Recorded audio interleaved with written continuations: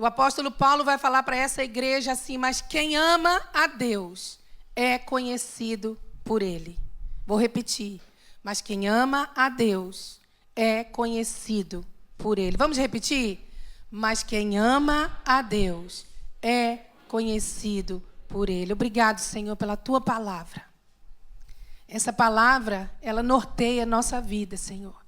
O Senhor nos deu essa palavra como única regra de fé e prática para nós. Nós não temos outro livro, nós não temos outra doutrina. A nossa doutrina é a doutrina dos apóstolos e profetas. Jesus, o firme fundamento. O Evangelho de Cristo, o Evangelho que é Cristo, que morreu na cruz e ressuscitou para nos justificar. E eu oro a Ti, Senhor, pedindo que nessa hora o Senhor venha falar o nosso coração. Aquilo que está no Teu coração. Fala aquilo que nós precisamos de ouvir, Senhor. Para nós termos um ano de 2026, de rompimento em todas as áreas da nossa vida. Fala aquilo que vai trazer um norte, que vai nos levar a bom porto, Senhor. Nos doutrina nessa manhã. Ministra o nosso coração, Senhor, aquilo que vai alicerçar a nossa fé, aquilo que vai alimentar o nosso espírito, que vai alimentar a nossa alma. A Tua palavra, Senhor, é dela que nós precisamos e é dela que nós vamos nos alimentar, porque ela é lâmpada para os nossos pés, ela é luz para os nossos caminhos. Ajude-nos a guardarmos essa palavra no nosso coração, para nós não pecarmos contra o Senhor. E nós oramos em nome de Jesus. Amém e amém.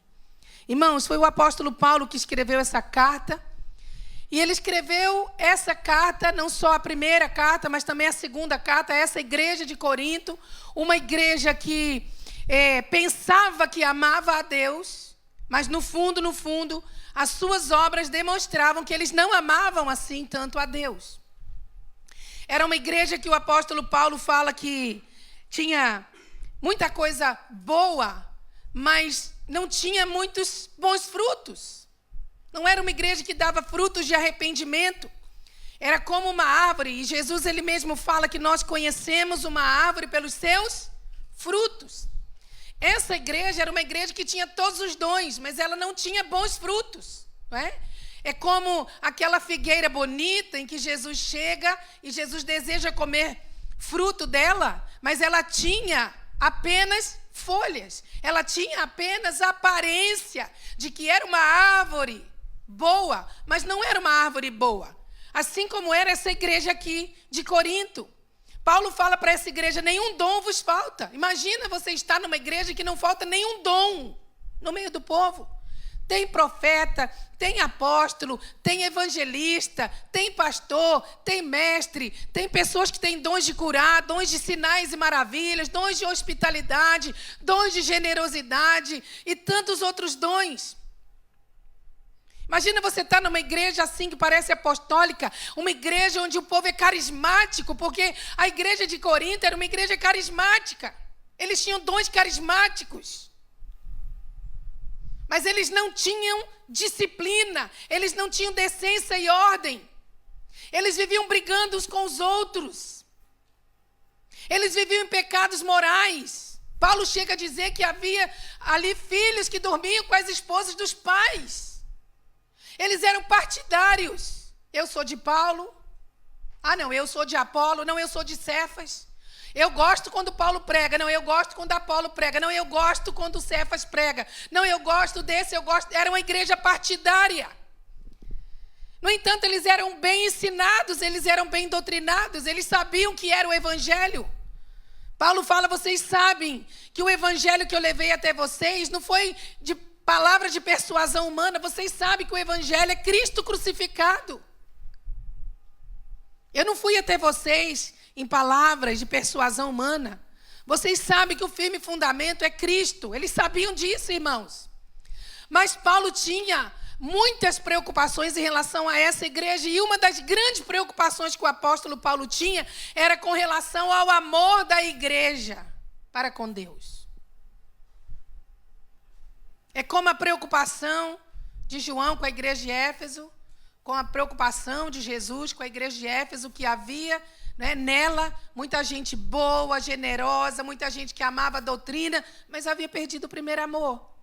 E Paulo estava com uma grande preocupação e uma preocupação legítima para com essa igreja que ele havia fundado, que ele havia plantado.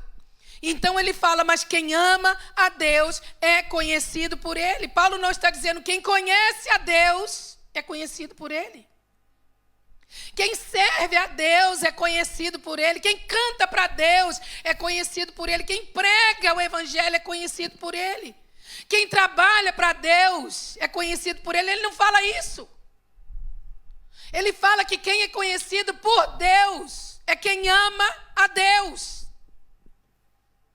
Quem ama a Deus é conhecido por ele. Eu posso conhecer muito sobre Deus, irmãos. Você pode conhecer muito sobre Deus. E é muito importante e relevante. Nós conhecemos a Deus, nós conhecemos a palavra de Deus, mas isso não é tudo. Porque não há nada mais importante do que nós sermos conhecidos por Deus. Deus conhece você. Não é um conhecer de saber a sua existência, o seu nome, onde você mora, onde você vai, onde você trabalha. Não é um conhecimento de saber quando você veio, como é que você está e para onde você vai. Porque nós sabemos que o nosso Deus, ele é onisciente. Ele sabe de todas as coisas de antemão, antes de acontecer, Deus sabe de tudo. Deus sabe de cada artéria que há no nosso corpo, de cada fio de cabelo que há na nossa cabeça. Deus sabe tudo. Não há nada que esteja oculto aos seus olhos. Davi, na sua oração, no Salmo 139, o que ele diz? Se eu tomar as asas da alva, me deter nos confins dos mares, até ali a tua mão me guiará, a tua destra me susterá. Como posso pensar, Senhor, que eu posso fugir, que eu posso me esconder do teu Espírito? Para onde eu irei? Para onde eu irei que o Senhor não esteja me vendo? Um dos nomes do nosso Deus é El-Roi, o Deus que tudo vê. E Paulo, olha o que Paulo fala em Gálatas 4, verso 9. E os textos que eu vou ler são na nova versão transformadora. Gálatas 4, 9, Paulo diz assim, agora que conhecem a Deus, ou melhor, agora que Deus os conhece, porque desejam voltar atrás e tornar-se novamente escravos dos frágeis e inúteis princípios básicos desse mundo. O que nos chama a atenção aqui não é agora que conhecem a Deus, mas ele fala, ou melhor, ou seja, eu queria dizer, agora que Deus os conhece. Em 2 de Timóteo 2,19, Paulo fala assim, todavia, o fundamento de Deus fica firme, tendo este selo. O Senhor conhece os que são seus, e qualquer que profere o nome de Cristo, aparte-se da iniquidade. O Senhor conhece os que são seus. Então, como é que vai ter um dia na história, né, lá no finalzinho da história, depois do milênio, quando Satanás for solto e começar novamente a enganar as nações, e aí o Senhor vem, o que nós conhecemos de juízo final, né? Que diante do Senhor vão estar dois grupos, um à sua direita, o grupo das ovelhas, um à sua esquerda, o grupo dos bodes, né? Como a Bíblia mesmo fala. E o Senhor vai olhar para uns e vai dizer assim, apartai-vos de mim, porque eu não vos conheço. Isso está lá em Mateus 7, 23. Eu, porém, responderei, nunca os conheci. Afastem-se de mim, vocês que desobedecem à lei. O que Jesus está falando que vai falar para esse povo? Nunca os conheci. Mas que grupo é esse que Jesus está dizendo, apartem-se de mim, porque eu não conheço vocês? Aí a gente vai ler o contexto, verso 1. Diz assim, nem todos que me chamam Senhor, Senhor, entrarão no reino dos céus, mas apenas aqueles que de fato fazem a vontade de meu Pai que está no céu. No dia do juízo, muitos me dirão, Senhor, Senhor, não profetizamos em teu nome? não expulsamos demônios em teu nome e não realizamos muitos milagres em teu nome? Olha as pessoas que o Senhor vai virar para elas e vai dizer: apartem-se de mim, eu não conheço vocês. Líderes carismáticos, pessoas cheias de dons, pessoas aqui que conheciam o poder de Deus e conheciam o poder do nome de Jesus. Porque 3 vezes eles dizem: Senhor, em teu nome nós fizemos, em teu nome nós fizemos, em teu nome nós fizemos. E Jesus vai virar para eles e vai dizer: apartem-se. Para onde? Para o fogo eterno. Porque eu não conheço vocês. Mas nós fizemos, irmãos. Essas pessoas aqui que vão ouvir isso do Senhor são pessoas que vão continuar vivendo para si mesmas. São pessoas que vão fazer uso do nome de Jesus para viverem para si mesmas, para se engrandecerem. Elas até podem conhecer a letra de Gênesis a Apocalipse. Podem conhecer muito sobre Deus, mas não são conhecidas de Deus. Fala para o seu irmão assim: nem tudo que parece é. Nem tudo que parece é. Por exemplo, os irmãos sabem, né, que o pastor Eduardo foi enganado pelo Roberto. Nosso diácono Roberto chegou do Brasil semana passada. Olha lá o Roberto. Ah, não, foi pelo amigo dele, né, Roberto? Tô brincando, Roberto. Pastor Eduardo cismou que quando a gente fosse para nossa casa, eu não teria direito de ter só... Eu não poderia ter sozinho o direito de ter um pet, né, um animal de estimação. E aí ele disse: eu também quero um animal de estimação. Aí ele disse: eu quero um canário que cante todas as manhãs. Aí ele foi no Roberto. O Roberto sabe de tudo, conhece toda a gente. Roberto, eu quero um canário que cante. Pastor Eduardo, então o canário que canta é macho. Aí ele disse que tinha lá uma pessoa que conhecia que tinha um canário para o pastor Eduardo. E ele todo feliz da vida, né? Eu vou ter um canário, vou ter um canário. Oh, meu Deus do céu, agora eu vou ter um canário cantando aqui em casa. Já não basta ter o Azaf, né? O coelho lá e tal. Aí eu fui numa loja com a pastora Cidá, que vendia canários. E eu falei com o rapaz assim: você sabe se esse canário é macho ou fêmea? Ele disse: nós não podemos falar. Mas por quê? Eu quero dar para o meu esposo, porque não chegava lá o canário que vinha da parte do Roberto. Eu quero oferecer para o meu esposo, mas eu não posso falar se é macho ou fêmea, porque é proibido. Mas por que é proibido? É proibido porque assim, a gente vende como macho, aí não canta, depois vai ver que é fêmea, depois pode processar a loja, pronto, não pode. Tá bom, então não vou comprar não, porque assim, o meu marido quer um macho. Fui para casa, daí a pouco chegou lá o Roberto com o canário lá, amarelinho, lindo, e eu pus o nome dele de Pititinho. Pititinho. E o Pititinho só faz um sonzinho assim. E todo dia de manhã está o pastor Eduardo com o telefone lá no YouTube, com um monte de canário cantando para estimular o Pititinho a cantar. E já lá vão meses, e o Pititinho só fica no... Aí eu: Pititinho. Aí ele... E ele lá com o YouTube para o Pititinho cantar. Vou eu limpar semana passada, a gaiola do Pititinho tem 5 ovos. 5 ovos, o Pititinho é uma pititinha.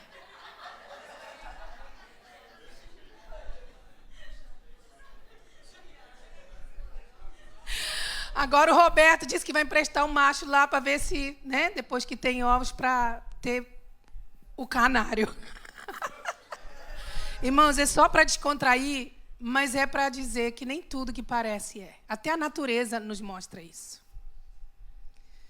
Hoje nós estamos vivendo num tempo em que a verdade está muito misturada com a mentira.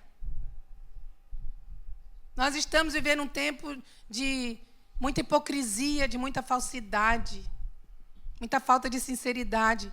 E Paulo, falando para essa igreja aqui, muito interessante, que ele usa um capítulo inteiro para falar sobre a excelência do amor, porque ele se preocupava muito com esta igreja na questão do seu amor para com Deus. E no capítulo 13, ele vai falar da excelência do amor. Eu quero ler esse capítulo aqui para nós. Na Nova Versão Transformadora traz uma clareza um pouco maior, porque traz palavras que nós usamos no nosso cotidiano. E ele começa dizendo assim para essa igreja aqui, que ele fala que só é conhecido por Deus quem ama a Deus. Ele começa dizendo assim: se eu falasse as línguas dos homens e dos anjos, mas não tivesse amor, seria como um sino que ressoa ou como um símbolo que retine. Se eu tivesse o dom de profecias, olha só os dons carismáticos. Se eu tivesse o dom de profecia, se entendesse todos os mistérios de Deus, e tivesse todo conhecimento, e se tivesse uma fé que me permitisse mover montanhas, mas não tivesse amor, eu nada seria. Se desse tudo o que tenho aos pobres e até entregasse meu corpo para ser queimado e não tivesse amor, de nada me adiantaria. O amor é paciente e bondoso. O amor não é ciumento, nem presunçoso. Não é orgulhoso, nem grosseiro. Não exige que as coisas sejam à sua maneira. Não é irritável, nem rancoroso. Não se alegra com a injustiça, mas sim com a verdade. O amor nunca desiste, nunca perde a fé. Sempre tem esperança e sempre se mantém firme. Um dia, profecia, línguas e conhecimento desaparecerão e cessarão, mas o amor durará para sempre. Agora o nosso conhecimento, olha o conhecimento é parcial e incompleto. E até mesmo o dom da profecia revela apenas uma parte do todo. Mas quando vier o que é perfeito, essas coisas imperfeitas desaparecerão. Quando eu era criança, falava, pensava e raciocinava como criança. Mas quando me tornei homem, deixei para trás as coisas de criança. Agora vemos de modo imperfeito, como um reflexo no espelho. Mas então veremos tudo face a face. Tudo o que sei agora é parcial e incompleto. Mas conhecerei tudo plenamente, assim como Deus já me conhece plenamente. 3 coisas, na verdade, permanecerão: a fé, a esperança e o amor. E a maior delas é o quê, irmãos? O amor. Interessante que só nesse capítulo 13 aqui, o apóstolo Paulo, ele cita a palavra amor 9 vezes. Olha a importância que ele traz, né? Que ele dá ao amor para essa igreja aqui, que Paulo tinha essa preocupação deles serem muito carismáticos, mas eles não amarem a Deus. E por isso Deus não os conhecia. Agora, voltando no capítulo 8, porque é importante nós sabermos o contexto do que ele está dizendo, por que ele está dizendo que quem ama a Deus e que é conhecido por Deus. Bom, aqui no capítulo 8, Paulo está tratando do quê? Ele está tratando de 2 coisas muito simples dentro de uma só. Os coríntios estavam preocupados, né, uma parte da igreja preocupada, se era pecado comer coisas sacrificadas aos ídolos. Coisas que as pessoas vendiam no mercado porque era comum. Lá em Corinto, o povo fazer suas comidas para serem vendidas e dedicarem aos ídolos.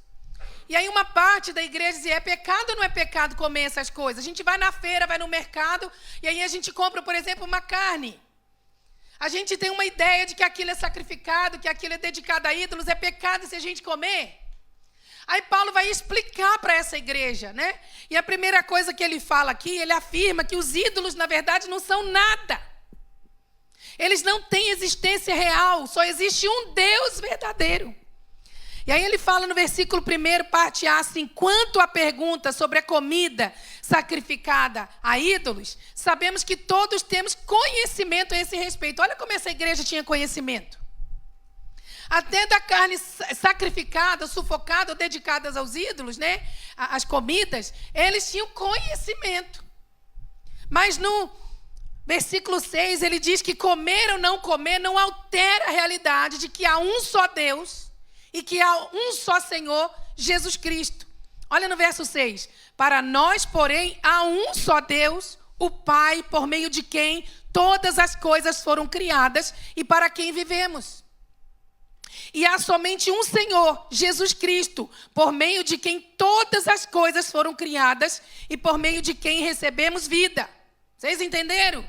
Povo de Corinto. Só há um Deus, que é o Senhor e Pai, e há um Senhor que é Jesus Cristo. Nós somos criados por Ele, nós viemos dele. No versículo 8 ele diz assim: não obtemos a aprovação de Deus pelo que comemos. Não perdemos nada se não comemos, e se comemos, nada ganhamos. O ídolo não é nada. Não vai fazer bem nem mal se você comer, se você não sabe. Se você sabe, depois ele vai falar no outro texto. Se você sabe, não coma. Se você sabe que aquela carne é sufocada, se você sabe que aquela carne não tem uma procedência legítima, não coma. Mas se você não sabe, também não fica perguntando. Vai no mercado, lá no talho, né? Se fosse o nosso contexto hoje, vai lá no talho, olha lá para aquele frango lá, sendo vendido lá sem cabeça. Aí você fica assim: o senhor sabe se essa carne aqui foi sufocada? Se esse frango morreu com gás? Se esse frango morreu sem derramar sangue? Não precisa fazer isso. Mas se você sabe que os frangos que vêm daquele matadouro lá, eles não têm o pescoço cortado, não é porque o animal tem de derramar todo o seu sangue. Por isso que não pode ser sufocado, porque nós não podemos comer o sangue.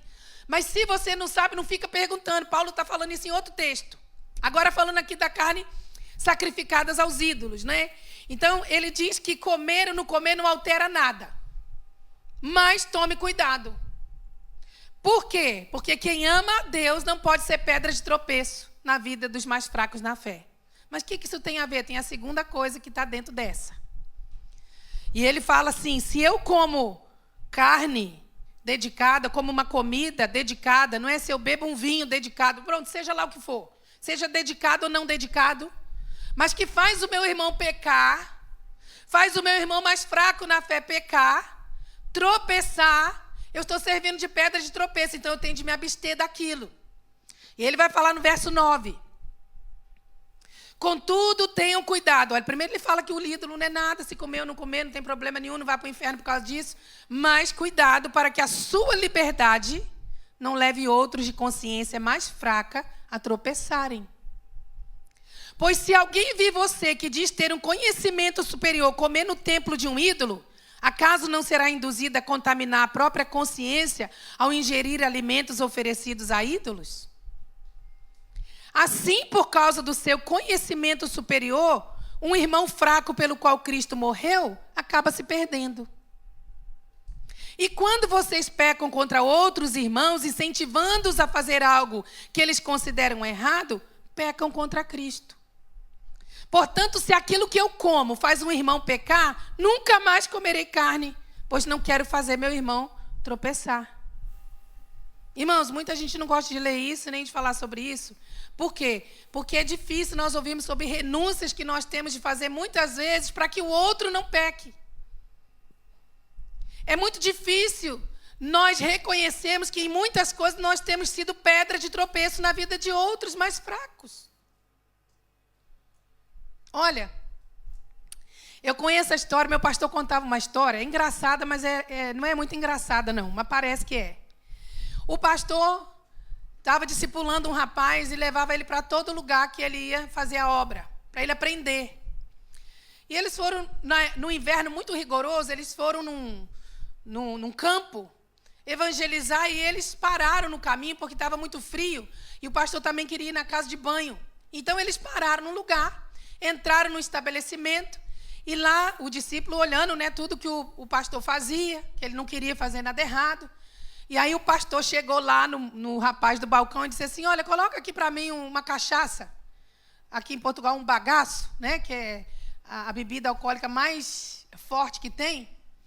Coloca aqui. E o pastor foi na casa de banho e o rapaz viu aquilo e falou: ô, pastor, bebe cachaça. É bom para aquecer no frio. Dá uma para mim também. Aí o rapaz trouxe a cachaça para ele e ele bebeu. Quando ele acabou de beber, o pastor chegou, pediu um fósforo lá, riscou lá dentro do copo para aquecer a mão. Não foi para beber. Mas a atitude dele de ter pedido a cachaça e ter ido embora sem avisar fez o rapaz pecar, coitadinho, não é? É isso que Paulo está dizendo.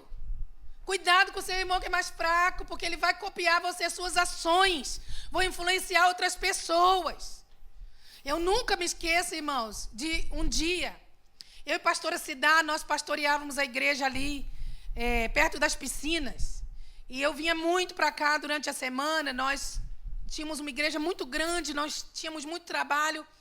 E nós, de vez em quando, queríamos comer e nós comíamos ali num restaurante que agora até mudou de nome, mas agora é português, mas era de administração brasileira. E nós não somos contra, não é? Você não pode beber uma taça de vinho. Não, nós não ensinamos que você não pode, mas onde você toma, com quem você toma é que importa. Eu não posso chegar aqui e falar, você tem de se abster 100% de vinho. Não, porque eu tenho de ensinar a Bíblia. A Bíblia não diz que você tem de se abster 100% de vinho, não é? Mas você tem que ter moderação, você tem que se encher do Espírito Santo. E se puder, evita mesmo. Lá em casa a gente não compra. De vez em quando no Natal o povo dá, mas a gente não compra. Mas nós fomos lá nesse restaurante, nós duas, e sentadas lá, uma virada para a outra, conversando. A pastora se dá me induzindo ao erro. Ela sempre foi minha conselheira desde menina. Mas aquele dia estava me induzindo ao erro. Ô, Cindy, vamos tomar um vinho? Aí eu falei, vamos. Hoje a gente já não pode, né, irmão? A gente passa certa idade, começa a tomar certos remédios, que já não pode tomar nada dessas coisas, né? Mas naquela época podia. Vamos tomar um vinho? Vamos. Aí olhamos uma para a outra, enquanto o garçom não chegava, aí nós olhamos uma para a outra e falamos, é melhor não, né? Nós somos pastores ali da igreja, toda a gente aqui conhece a gente. Nossa igreja era muito conhecida. Não, melhor não, vamos pedir mesmo um refrigerante e tal. E assim fizemos. Aí o garçom veio, trouxe o refrigerante, né, estávamos comendo e tal. Aí o rapaz vem e fala assim, olha, eu vou fazer uma pergunta. Vocês duas são pastoras da Igreja Metodista Livre ali embaixo, não é? Perto das piscinas? Somos. Olha, estou vendo vocês tomar sumo aí, olha, estou dando parabéns, porque ó, tem uns pastores da igreja tal que senta ali em cima, toda semana vem cá, enche a cara de caipirinha, de vinho, ó. Falou até o nome da igreja. Aí nós olhamos uma para a outra, falando, tá vendo? Foi o Espírito Santo que não deixou a gente tomar. Porque a gente já ia causar escândalo, daqui a pouco a gente tomou um pouquinho de vinho assim, que a gente não consegue tomar uma taça, né? É só um pouquinho. Já ia falar que as pastoras enchem a cara da igreja metodista, enche a cara, gente. Já estava famosa aí, ó, como pé de cana. Mas, irmãos, Paulo está dizendo para o povo assim, cuidado. Cuidado, porque você que se acha muito dono do seu nariz, que você não tem de prestar contas a ninguém, nem cuidar com o seu testemunho, cuidado, porque você ainda não ama Deus, não é conhecido por Deus, porque você está cheio de estrutura, de orgulho. Porque quando a gente acha que a gente pode mandar em si mesmo, que ninguém tem nada a ver com a nossa vida, nós estamos cheios de estrutura de orgulho. E, irmãos, a gente pode conhecer muito e amar muito pouco ao Senhor. E Paulo, no versículo 1, na parte B, ele fala assim, contudo, conhecimento traz orgulho, enquanto o amor fortalece. Olha, ele está falando isso aqui antes de começar a falar que o povo não pode ser pedra de tropeço na vida do outro. Versículo 2, se alguém pensa que sabe tudo sobre algo, ainda não aprendeu como deveria. Meu Deus. E é aí que entra o amor. Diga comigo assim, é aí que entra o amor. Porque é mais importante, irmãos, o amor do que eu saber que aquilo que eu bebo ou deixo de beber, que aquilo que eu como ou deixo de comer tem a ver com os ídolos ou não. O amor edifica, não destrói. O amor edifica, não destrói. E se eu fizer algo que vai fazer o meu irmão pecar, qualquer outra pessoa cair na sua fé, então é pecado e eu tenho de me abster daquilo. Porque há um impacto das minhas ações na vida de outras pessoas. E tudo isso Paulo está querendo chegar lá no versículo-chave do capítulo 8. E nós podemos dizer que o versículo 3 é o chave de todo o capítulo, ou talvez até de toda a carta. Mas quem ama a Deus é conhecido por Ele. E quantas pessoas nós ouvimos dizer, até ímpias mesmo, pessoas que nunca vão à igreja, que não conhecem a Bíblia, mas dizer, eu amo a Deus. Talvez você nessa manhã esteja aqui, não, mas eu amo a Deus, eu amo a Deus, eu amo a Deus. Mas, irmãos, o amor é o que o amor faz. Diga comigo assim, o amor é o que o amor faz. Mais uma vez, o amor é o que o amor faz. O amor é o que o amor faz, irmãos. Então, o que é o amor a Deus? Não é o amor de Deus por nós, é o amor a Deus. O que é o amor a Deus? O que é o amar a Deus? Porque amar a Deus é mais do que palavras. É mais do que promessas. É mais do que boas intenções. Tem gente que tem boa intenção de amar a Deus. Tem gente que faz promessas de amar a Deus, mas o amor é o que o amor faz. A igreja de Corinto dizia que amava a Deus, mas não era conhecida de Deus porque era uma igreja moralmente corrompida. E sabe, o apóstolo João, chamado de apóstolo, conhecido de apóstolo do amor, ele vai dizer lá em 1 de João 3,18, na Nova Versão Internacional: filhinhos, não amemos de palavra nem de boca, mas em ação e em verdade. Você sabia que falar eu te amo é mais difícil quando é verdade do que quando é mentira? Tem gente que fala eu te amo para tudo e para nada, mas não ama nada, porque o amor é o que o amor faz. Filhinhos, não amemos de palavra nem de boca, mas em ação e em verdade. Eu te amo, Senhor. Eu te conheço há muito tempo. Eu até sei alguns salmos de cor. É? Mas será que eu conheço você? Será que eu conheço você? E Paulo vai falar, olha como é que a palavra de Deus, irmãos, ela explica-se a si mesmo. Nós não precisamos buscar tradução, interpretação fora da Escritura, porque a Escritura interpreta-se a si mesma. A regra básica da hermenêutica, da interpretação bíblica, a Bíblia interpreta-se a si mesma. Paulo vai declarar aos Filipenses que nós não devemos só querer conhecer a Deus, mas devemos ser conhecidos por Ele, ser encontrados nele. E ele fala em Filipenses 3, 7, 9, agora sim, nova versão transformadora de novo, Jordana. Jordana, você está uma bênção, você está rapidinha. Olha, a Sara está fazendo discípulo mesmo. Vamos aplaudir nosso multimédia, irmãos, que eles são uma bênção. Uma bênção. Vamos dar um aplauso para o nosso sonoplasta. É uma bênção. Eu não teria uma boa voz aqui para falar, você aí atrás não estaria me ouvindo, você em casa não estaria recebendo essa palavra se não fossem os nossos sonoplastas. Mas vamos aplaudir também lá a Sarinha, que está lá na transmissão, olha, colocando aqui essa transmissão, né, para funcionar. Glória a Deus. Ai, que povo abençoado. Então, vamos lá, Jojo. Filipenses 3, de 7 a 9, olha o que Paulo fala, irmãos. Pensava que essas coisas que ele está falando, que ele era doutor, que ele tinha passado por isso e por aquilo, ou seja, algo que poderia elevar o ego de alguém, não é? Eu pensava que essas coisas eram valiosas, mas agora eu considero insignificantes por causa de Cristo. Sim, todas as outras coisas são insignificantes comparadas ao ganho inestimável de conhecer a Cristo Jesus, meu Senhor. Por causa dele, deixei de lado todas as coisas e as considero menos que lixo, a fim de poder ganhar a Cristo e ser encontrado nele. O que Paulo julgava ser mais importante do que tudo que ele fazia, sabia? Ganhar a Cristo, conhecer a Cristo e ser encontrado nele. E esse conhecer aqui, como eu já disse, não é Deus saber quem eu sou, onde eu moro, o que eu faço, não. Isso aqui é saber, não é o quanto eu conheço de Deus, não é quanto eu tenho de Deus, mas o quanto Deus tem de mim. Sabe o que é você viver uma vida no Espírito?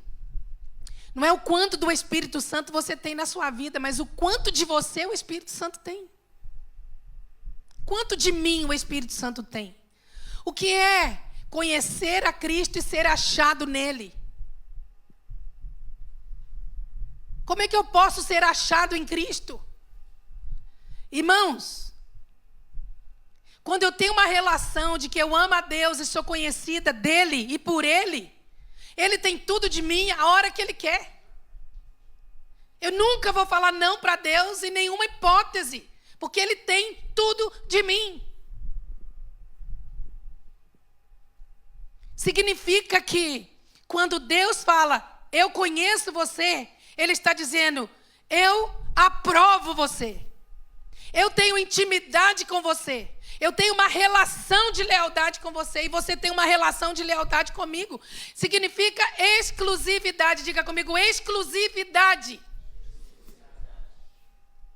O que é amar a Deus e ser conhecido por Deus? Exclusividade. É só Jesus e nada mais. É só Jesus e nada mais. Essa semana, conversando com um casal em nossa casa, estávamos conversando sobre os tempos que nós estamos vivendo. Tempos difíceis. Difícil de ser crente. Daqui para frente vai piorar mais. Eu não estou sendo pessimista, irmãos. Eu estou sendo bem realista e bem bíblica. Nós ainda não estamos sendo perseguidos e nós nem ainda lutamos até o sangue, como disse Pedro. E nós estávamos conversando sobre os irmãos que trabalham, por exemplo, nas obras, na construção civil. Quem trabalha, por exemplo, na cozinha de algum restaurante. Quem trabalha numa repartição pública. Um crente que trabalha com muitos ímpios. E, especialmente, estávamos falando de quem trabalha nas obras. Há muitos irmãos aqui que trabalham nas obras, vão identificar com aquilo que eu estou a falar. E eu sei porque lá em casa, não é, nós tivemos obras e, de vez em quando, eu ouvia coisas assim que ficava espantada. E essa pessoa estava dizendo, olha, eu fui numa obra tal, há pouco tempo, e tinha lá um rapaz com um som ligado, um som enorme, estava cantando lá o Fernandinho, cantando, e ele estava lá, parecia que ele estava adorando mesmo, cantando, e ele estava orando. Daqui a pouco começou a tocar a Anitta, e ele começou a cantar a Anitta. Daqui a pouco é Lady Gaga, e ele começa a cantar Lady Gaga. Ué, mas ele estava orando, cantando com o Fernandinho, agora já está lá nos palavrões. Irmãos, porque é uma coisa. Eram aquelas canções antigas, não é? Música popular brasileira, música popular portuguesa. Por exemplo, músicas de tradição, de folclóricas, né? Tradições folclóricas portuguesas são músicas de família. São músicas que falam da história de um povo. Não são essas músicas hoje que estão sendo tocadas e que levam o povo o quê? Ao pecado, a pensamentos imorais, não é? Coisas que, olha, isso nem deveria ser chamado de música, na verdade. Porque é tanto palavrão, é tanta coisa torpe, não é? Não é, por exemplo, meu esposo que de vez em quando gosta de cantar esse cara sou eu. Não é bonito, gente? Você conhece esse cara sou eu? Né? Só que ele gosta de cantar esse gajo sou eu. Gajo é pejorativo, já falei com ele para não falar isso. Mas ele insiste em falar, né, tal. Mas antigamente tinha aquelas músicas tão bonitas. Olha, uma canção que fala assim, estou de volta para o meu aconchego, trazendo na mala bastante saudade. Vocês lembram? Os baianos aí, devem lembrar, né? Músicas que não tinha maldade, irmãos. Não tinha maldade. Hoje, não. E aí, a gente estava falando, né, de crentes, parece crente, mas não é crente. Está ali, fala, eu tive um senhor que trabalhou para a gente, e ele falava tanto de Deus que parecia que ele era crente mesmo. Daí a pouco ele estava soltando um palavrão. Olha, outro dia eu estava lá do lado de fora da nossa casa, e a casa do lado ainda está em obras. E um rapaz chega lá e coloca música de adoração. Falou, tem crente aí, uau, que bonito. E eu estou lá fora, arrumando as minhas coisas. De repente, um rapaz sai de dentro da obra falando no telemóvel com alguém. E aquele rapaz que estava lá com aquele som alto, cantando músicas cristãs, meu Deus do céu. Eu fiquei envergonhada de ver aquele rapaz falando com alguém ao telefone. Mas só coisa que não presta, só palavrão, que eu vou matar e que eu vou furar e que eu vou fazer e que ele vai para não sei aonde, e eu fiquei olhando assim para ele pensar assim, tem uma senhora aqui olhando para mim, eu vou falar, né, ou vou falar baixo ou não vou falar, vou respeitar, mas nem respeito hoje as pessoas têm não, porque nós estamos nesse tempo, irmãos, em que tudo parece ser a mesma coisa. Você sabia que a música cristã evangélica já se tornou patrimônio mundial no Brasil? Tudo misturado. Música sacra agora é patrimônio. E o Senhor pergunta, você me ama? Porque quem me ama é que é conhecido do meu Pai.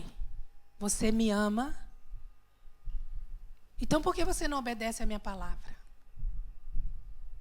Você me ama? Jesus disse, por que me chamais Senhor, Senhor, e não fazeis o que eu vos mando? Põe para mim esse versículo que está lá em Lucas 6,46. Jesus, ele foi enfático, irmão. Jesus não tinha meia palavra, não. Jesus era pontual. Por que vocês me chamam Senhor, Senhor, se não fazem o que eu digo?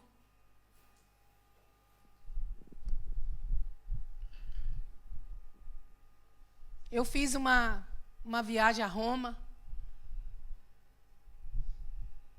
E eu fiquei escandalizada.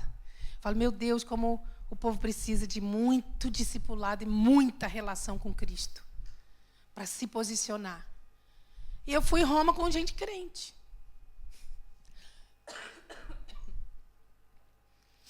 Aí eu estou vendo, comprando um terço, o outro comprando um terço. Ué, mas vocês estão comprando isso para quem? É para o meu amigo que é católico, me pediu, eu vou levar. A pastora Cidá estava comigo, viu a minha indignação. Eu devo ter ficado pálida, com a boca roxa.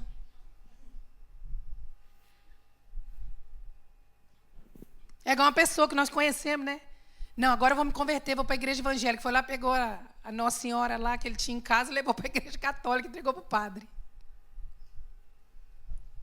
Você sabia que Deus fala através de Moisés que quando alguém tinha uma escultura de ouro, de um ídolo, não era para queimar e fazer uma outra coisa, era para deitar fora, enterrar? Irmãos, às vezes nós estamos guardando ídolos sem saber. Nós não cantamos uma canção, eu não sei se cantou domingo passado, que fala assim, queimou todos os outros amores. Mas nós temos, às vezes, tantos amores guardados.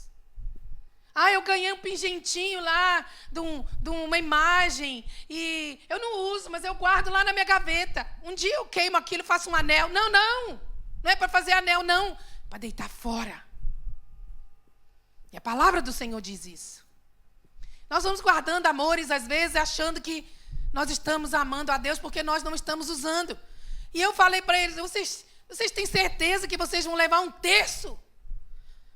Mas é amigo, pediu. Ué, mas se o amigo pedir para levar um veneno, você vai levar? Se você não usa porque a sua convicção diz que você não deve usar, você vai comprar para dar para os outros. E assim nós estamos, irmãos. Ao invés de nós influenciarmos, estamos sendo influenciados. E aí Jesus vai nos quebrar. Eu vou terminar com esse texto aqui. Jesus vai nos quebrar. João 14, versos 21 e 24. 21 a 24. Olha o que Jesus fala. Aqueles que aceitam meus mandamentos e lhes obedecem são os que me amam. Então não é conhecer.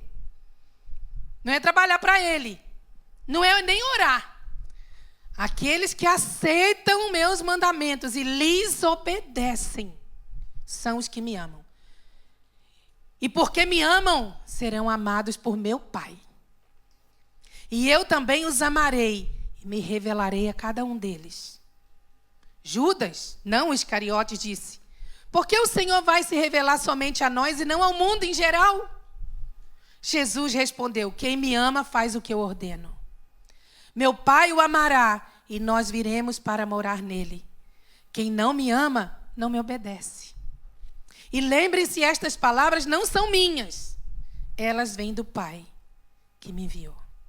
Não adianta, irmão, ser evangélico, ser batizado, tomar a ceia do Senhor, dar o dízimo. Não adianta você ser um religioso. Não adianta ser religioso. O jovem rico era religioso. Senhor, bom mestre, o que eu faço para herdar a vida eterna? Aí Jesus vira para ele e fala: olha, você tem que cumprir os mandamentos, obedecer seus pais, você tem que amar a Deus, você não pode ter imagem de escultura. Aí ele fala: Senhor, mas eu faço isso desde que eu era menino. Mas Jesus encontrou um último ídolo no coração daquele jovem rico e disse: então vai, vende tudo que você tem, distribui para os pobres, e você vai ter um lugar no céu. Ele, triste, virou-se e foi embora. Não basta ser religioso. Aquele jovem conhecia tudo sobre a lei, mas não era conhecido por Deus. Porque se ele fosse conhecido por Deus, ele fosse achado em Deus, como Paulo disse, ele ia considerar toda a riqueza da sua vida como um lixo, como um esterco. E quando o Senhor demandou dele ali vender tudo e dar para os pobres, ele teria feito na hora. Mas não, ele escolheu ir embora. Porque ele não era conhecido por Deus. Será que você nessa manhã tem Como diz a pastora Cidal, o pastor Sérgio Elias, né? Hoje ela citou isso. Você tem fé para receber essa palavra? O pastor Sérgio Elias fala muito isso nas suas pregações. Você tem fé para receber essa palavra? De que não é só falar que ama a Deus, mas é ser conhecido por Deus. E para ser conhecido por Deus, tem de obedecer os mandamentos? Não é.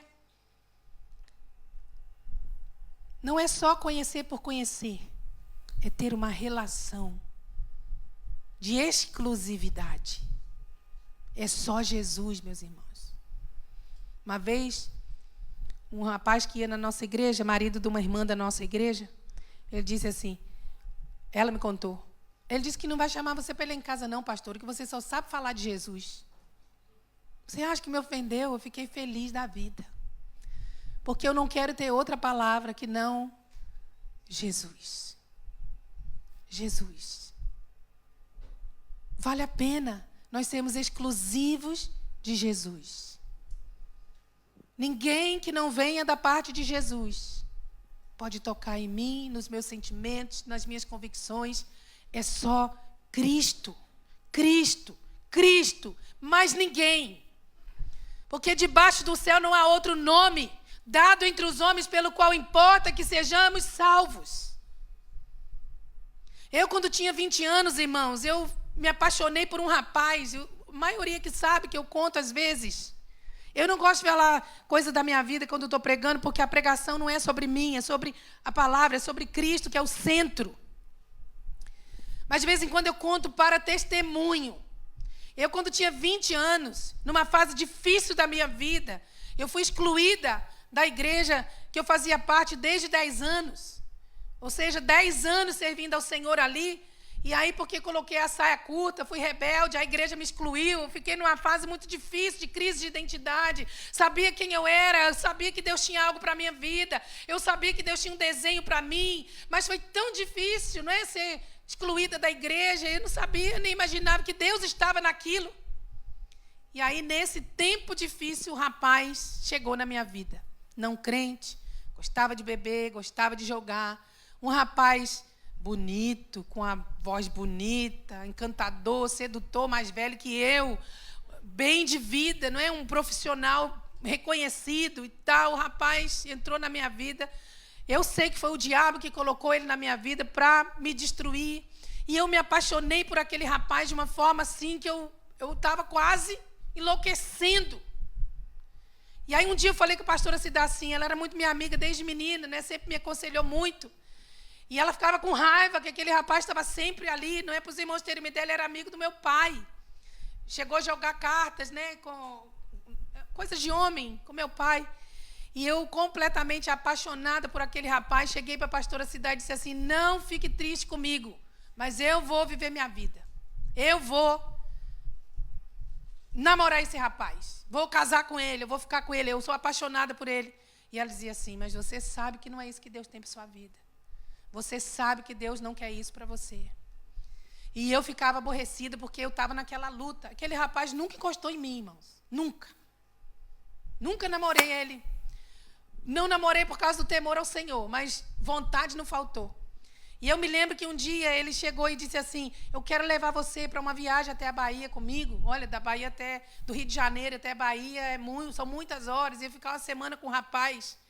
E eu falei, eu vou. Falei com a Cida, vou arrumar minha malinha e vou. Eu estou servindo a Deus de 10 anos de idade, não namoro ninguém. Agora eu acho que é um tempo para mim. Apaixonada. E ele disse assim, então domingo eu vou buscar você lá na sua casa. Tá bom. Eu com a malinha pronta, irmãos. Com a malinha arrumada. Minha mãe disse assim, vai, eu confio em você, você é uma menina de Deus. Vai. Eu falei, meu Deus, a mamãe falou para ir. Não posso confiar nem no julgamento dela, Senhor. E aquela crise. E aí o rapaz foi lá encontrar comigo e era o comício de um amigo que era político, estava fazendo comício, campanha eleitoral, e estava muita gente naquele campo. Eu não uso relógio. E quando deu mais ou menos 5 horas, o rapaz estava perto de mim, esperando eu buscar minha mala para ir embora, viajar. E aí eu olho para ele e falo assim, você tem horas? Aí ele disse, eu não tenho não, mas eu olhando para o sol sei que são 5 horas. Aí ele falou, já está na hora da gente ir, né? Aí eu falei assim, não posso ir não, porque eu preciso ir para a igreja, está quase na hora de ir para o culto. Irmãos, aquilo saiu da minha boca sem eu querer falar aquilo. E eu fiquei com uma raiva de mim, com uma crise, porque eu falei isso com o rapaz e virei as costas e fui embora. E ele ficou lá esperando. E eu fui embora para casa e disse para o rapaz, não posso ir não, porque está na hora do culto. Era domingo, já era 5 horas, eu tinha que ir embora pegar o autocarro de 6 horas para ir para o culto. Cheguei em casa e eu fui do campo onde tinha o comício até a minha casa, uns 5 minutos chorando, de soluçar. Eu chorava e dizia, por que você fez isso? Não era isso que tinha sido combinado, Cindy, por que você fez isso? Você estava com tudo pronto para ir embora com o rapaz e agora você não foi. Agora o rapaz foi embora chateado, mas não era isso, eu já tinha combinado tudo. Irmãos, cheguei em casa, entrei no meu quarto pequenininho, meu quarto só cabia uma cama de solteiro.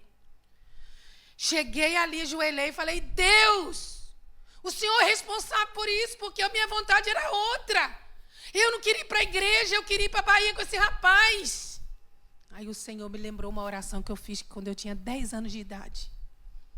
No dia do meu batismo, eu batizei com 11 anos. No dia do meu batismo, com 11 anos de idade, um padrinho meu chegou para mim e disse assim, olha, você quando tiver 16 anos, você vai se afastar da igreja, porque todo jovem quer viver o mundo.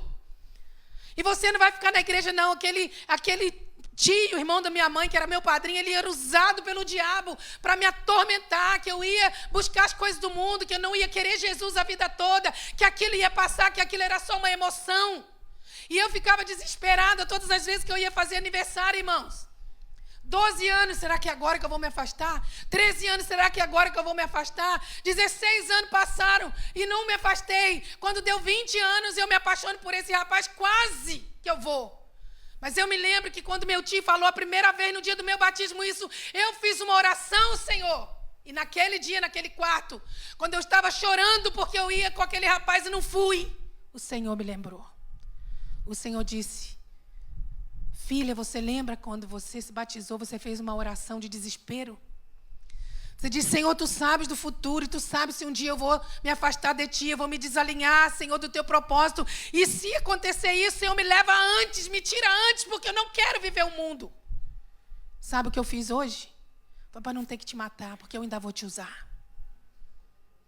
Por isso ele me lembrou que Jesus, a partir dos meus 10 anos da minha conversão, sempre passou a ser exclusivo na minha vida.